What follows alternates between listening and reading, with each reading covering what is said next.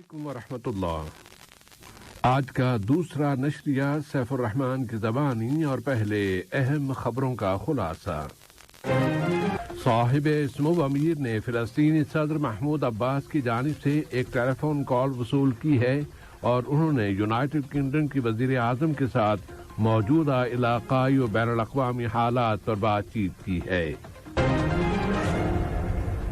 صاحب سمو امیر نے Thai land کے بادشاہ کے نام وہاں چھوٹے بچوں کے ایک نرسری اسکول میں فائرنگ کے واقعے میں ہونے والے جانی نقصان پر تعزیت کا برقی پیغام ارسال کیا ہے۔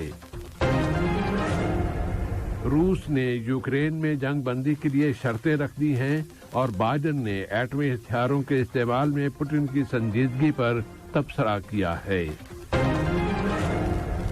اور یہاں کے وزیر مملکت برائے امور توانائی نے انکشاف کیا ہے کہ 3 نئی کمپنیاں شمال گیس فیلڈ کے جنوبی حصے کی ڈیولپمنٹ میں حصہ لیں گی۔ یہ تھا اہم خبروں کا خلاصہ اور اب پیش خدمت ہے ریڈیو قطر سے آج کا دوسرا مفصل نشریہ۔ بسم اللہ الرحمن الرحیم۔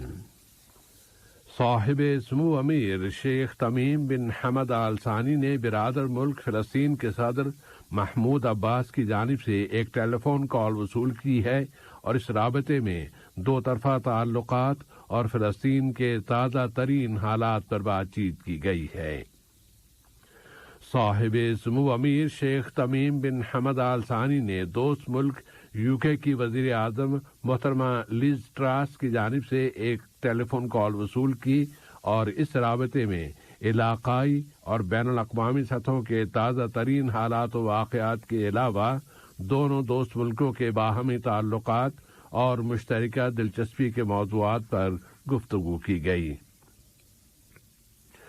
صاحب سمو امیر شیخ تمیم بن حمد آل ثانی نے مملکت تھائی لینڈ کے بادشاہ شاہ مہاواجیر لونگون کے نام تھائی لینڈ کے شمال مشرقی علاقے میں چھوٹے بچوں کے ایک نرسری اسکول میں فائرنگ کے واقعے میں ہونے والے جانی نقصان پر تعزیت کا برقی پیغام ارسال کیا ہے اور اپنے پیغام میں انہوں نے زخمیوں کی جلد از جلد شفا یابی کی تمنا کا بھی اظہار کیا ہے۔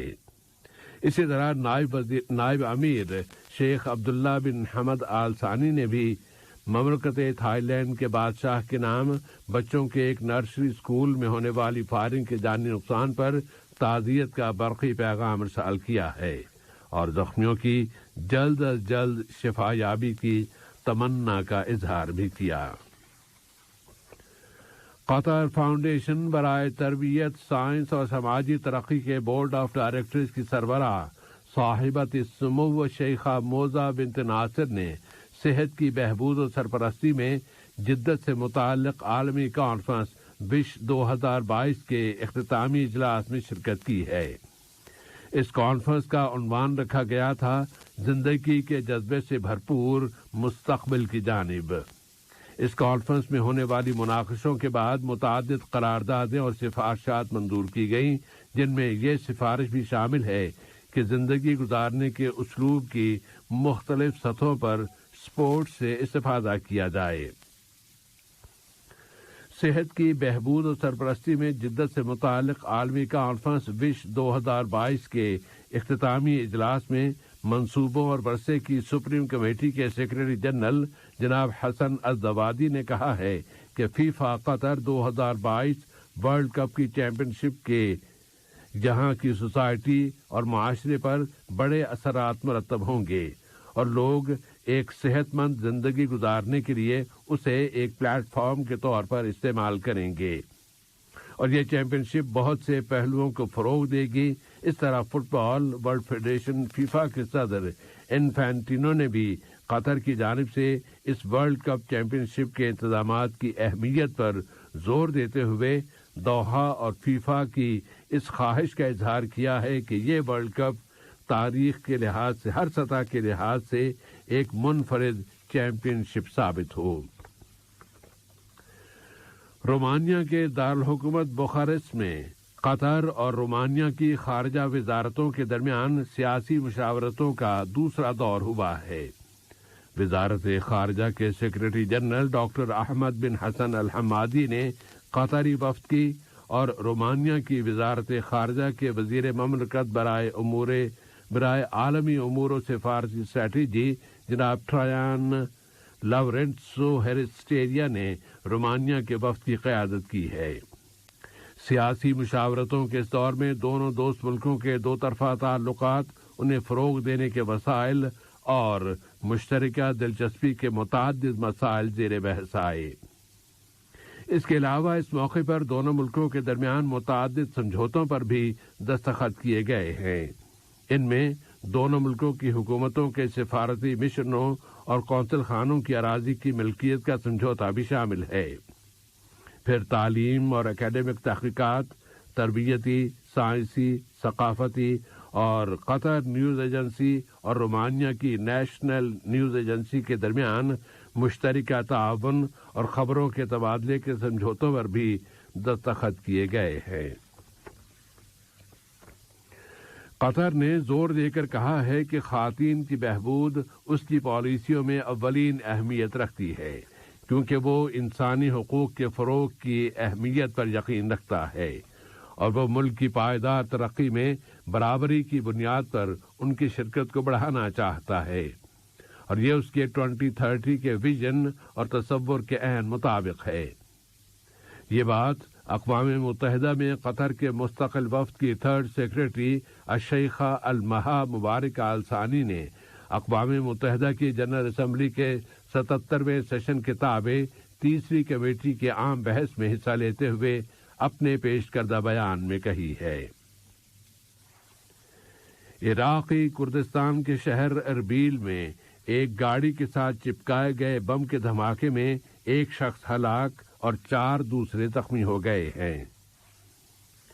الجزائر کے وزیر اعظم ایمن بن عبد الرحمن نے کہا ہے کہ اگلے ماہ نومبر کے اوائل میں الجزائر میں ہونے والی اگلی عرب سربراہ کانفرنس کی تیاریاں بہت عمدہ طریقے سے جاری ہیں، تاکہ اس کی کامیابی کی ضمانت کے لیے تمام تر عوامل اور حالات کو موضوع بنایا جا سکے۔ انہوں نے مزید کہا ہے کہ یہ عربی استحقاق مسئلہ فلسطین کی مدد و حمایت کی تاکید کا ایک اہم موقع ہوگا۔ روس یوکرین بحران کی ڈیولپمنٹ میں روس کے وزیر خارجہ سرگی لیوروو نے کہا ہے کہ یوکرینی صدر کے بیانات، جن میں انہوں نے نیٹو کو تجویز دی ہے کہ روس کے خلاف بچاؤ کے حملے کیے جائیں، تو یہ بیانات اس ضرورت پر زور دے رہے ہیں کہ یوکرین کے خلاف فوجی کارروائی کر دی جائے۔ اس کے ساتھ ہی روس نے اعلان کیا ہے کہ وہ اس کی جانب سے رکھی گئی مشکل شرطوں کی بنیاد پر جنگ بندی کے مذاکرات کے لیے تیار ہے۔ روس نے کہا ہے کہ کریمیا، ڈونباس، زاپاروجیا اور خیرسون کے علاقوں پر کوئی بات چیت نہیں ہو سکتی، کیونکہ یہ علاقے اب روسی علاقے بن گئے ہیں۔ ادھر امریکہ کے صدر جو بائیڈن نے کہا ہے کہ روس کی جانب سے ایٹمی ہتھیاروں کے استعمال کی دھمکیاں پوری نوع انسانی کو دنیا کے خاتمے کی جنگ کے خطرے سے دوچار کر دینے کے مترادف ہیں۔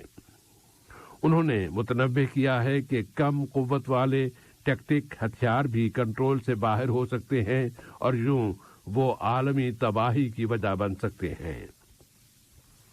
ادھر جنیوا میں اقوام متحدہ کے تابع حقوق انسانی کی کونسل نے آج پہلی مرتبہ روس میں مبینہ انسانی خلاف ورزیوں اور حزب اختلاف کو کچلنے کے دعووں کے بارے میں ایک خصوصی افسر کی تعیناتی کی منظوری دے دی ہے۔ اس نے ماسکو پر الزام لگایا ہے کہ وہ تشدد اور کچل دینے کی کارروائیوں کے ذریعے خوف و ہراس کی فضا بنا رہا ہے۔ زمینی صورتحال میں یوکرین کی فوجیں اب مشرقی اور جنوبی محاذوں پر پیش قدمی کرتی جا رہی ہیں۔ یوکرین کی فوج نے اعلان کیا ہے کہ اس کی فورسز خیرسون کے علاقے میں 20 کلومیٹر اندر تک چلی گئی ہیں۔ قطر کے وزیر مملکت برائے امور توانائی انجینئر سعد شریدہ الکعبی نے انکشاف کیا ہے کہ 3 نئی بین الاقوامی کمپنیاں اب شمال کے جنوبی فیلڈ کی ڈیولپمنٹ کے کام میں حصہ لیں گی، جبکہ گزشتہ دنوں جس پارٹنر کا اعلان کیا گیا تھا وہ اپنی جگہ برقرار ہے۔ انہوں نے مزید کہا ہے کہ ان کمپنیوں کے ناموں کا اعلان کسی مناسب وقت پر کیا جائے گا۔ آج کا یہ نشریہ ختم ہونے سے قبل اہم خبروں کا خلاصہ ایک مرتبہ پھر پیش خدمت ہے۔ صاحب سمو امیر نے فلسطینی صدر محمود عباس کی جانب سے ایک ٹیلی فون کال وصول کی ہے اور انہوں نے یونائیٹڈ کنگڈم کی وزیر اعظم کے ساتھ موجودہ علاقائی اور بین الاقوامی حالات پر بات چیت کی ہے۔ صاحب سمو امیر نے تھائی لینڈ کے بادشاہ کے نام تھائی لینڈ میں چھوٹے بچوں کے ایک نرسری اسکول میں فائرنگ کے واقعے میں ہونے والے جانی نقصان پر تعزیت کا برقی پیغام ارسال کیا ہے۔ روس نے یوکرین میں جنگ بندی کے لیے شرطیں رکھ دی ہیں اور جو بائیڈن نے ایٹمی ہتھیاروں کے استعمال میں پوٹن کی سنجیدگی پر تبصرہ کیا ہے۔ اور وزیر مملکت برائے امور توانائی نے انکشاف کیا ہے کہ 3 نئی کمپنیاں شمال گیس فیلڈ کے جنوبی حصے کی ڈیولپمنٹ کے کام میں حصہ لیں گی۔ ریڈیو قطر سے آج کا دوسرا نشریہ اپنے اختتام کو پہنچا۔ فی امان اللہ۔ السلام علیکم دوستو، میں ہوں شیخ نور۔ آپ دیکھ رہے تھے قطر نیوز ٹوڈے۔ مجھے امید ہے کہ یہ ویڈیو آپ کو انفارمیٹک لگی ہوگی۔ اسی طرح کے ویڈیو پاتے رہنے کے لیے نور ٹائم 24/7 یوٹیوب چینل کو سبسکرائب کیجیے اور اس ویڈیو کو لائک، کمنٹ اور شیئر ضرور کیجیے۔ اگر آپ فیس بک پر دیکھ رہے ہیں تو شیخ نور پیج کو لائک کیجیے اور فالو کیجیے تاکہ میں جیسے ویڈیو اپلوڈ کروں آپ تک پہنچ جائے۔ شکریہ۔